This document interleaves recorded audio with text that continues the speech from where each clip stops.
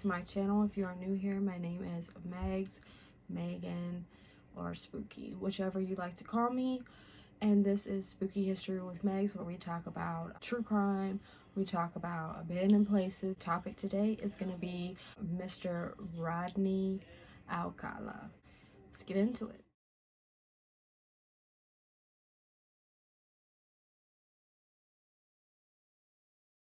Rodney James Alcala was born as Rodrigo Jaquez Alcala Bugor to parents Anne Marie and Raul Alcala Bugor.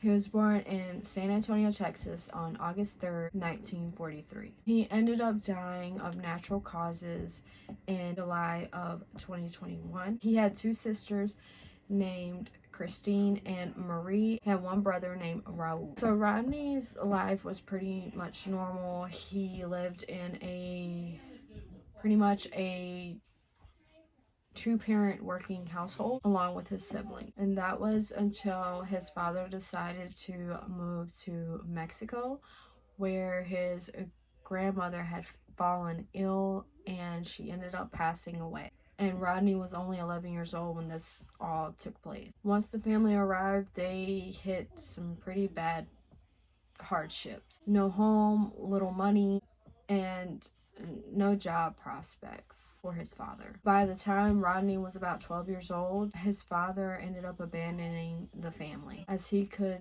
no longer support them anymore. Maria, which was Rodney's mother, raised her children on her own. In 1954, Maria ended up moving the family to Los Angeles, California, until he was about 17 years old. He joined the U.S. Army in 1964 and ended up getting medically discharged in 1968. So being in the Army, this is where all his troubles had began.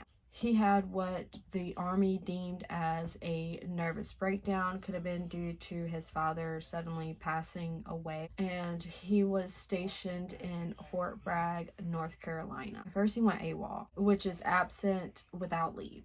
He hitchhiked all the way to Los Angeles, California, back to his mom's home.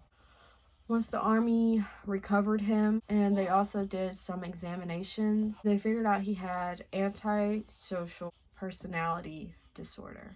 That's why they ended up giving him honorable discharge. In 1968, he ended up enrolling into UCLA to study photography. So that's where he learned the skill in professional photography.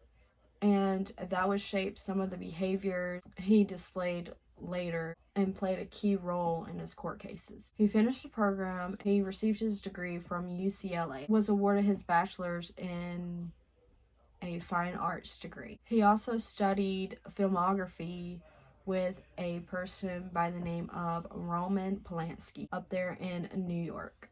In the summer of 1968, it was hot.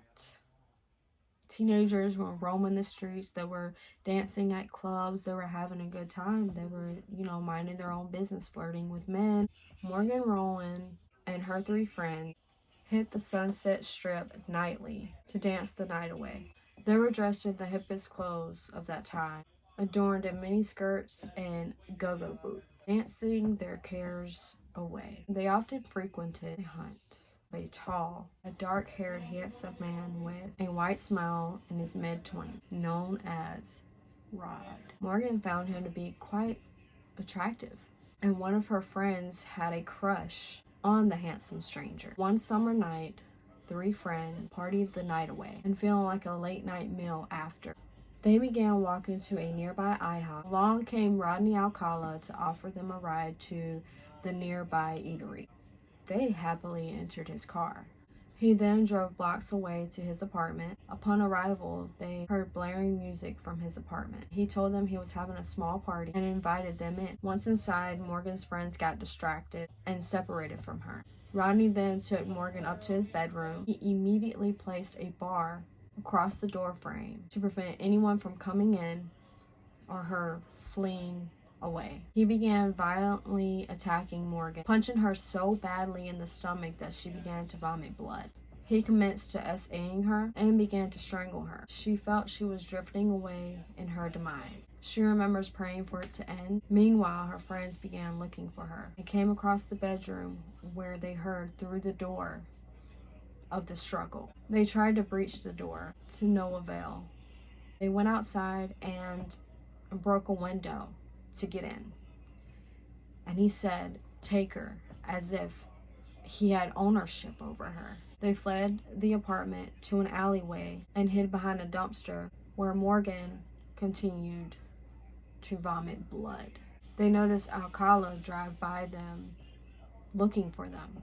Once they felt safe, they went to a friend's house so Morgan could, clean herself up. They also tried to contact the police. When the officer arrived, he told her that wearing a mini skirt and go-go boots were asking to be essayed. And the fact that she went to his bedroom of her own free will, that just does not equate to jail time for an essay. So Morgan wore scarves to hide the bruises from the strangulation and used a cover story of a minor car crash for her other visible injuries. She never spoke of the events that night until September 1968. She saw a news story about an 8-year-old female being attacked, essayed, and left to die. They showed crime scene pictures, and Morgan recognized the same bar that Alcala used on the bedroom door. She felt much guilt and remorse that she went into a severe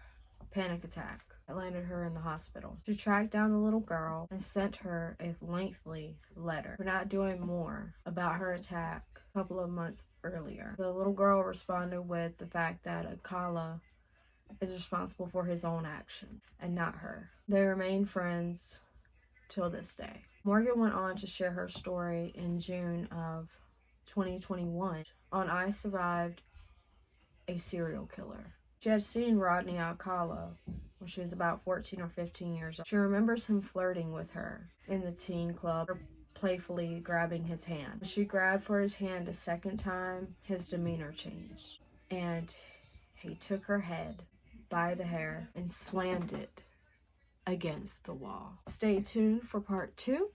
I will have all links of research down in the description box below. Stay tuned. We'll have part 2 coming to you soon.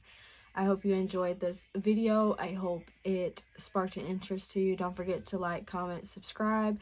Don't forget to hit that notification bell so you get notified whenever I do drop a video. It'd be much appreciated. Until next time, this is Spooky History with Megs, and I am out. Bye.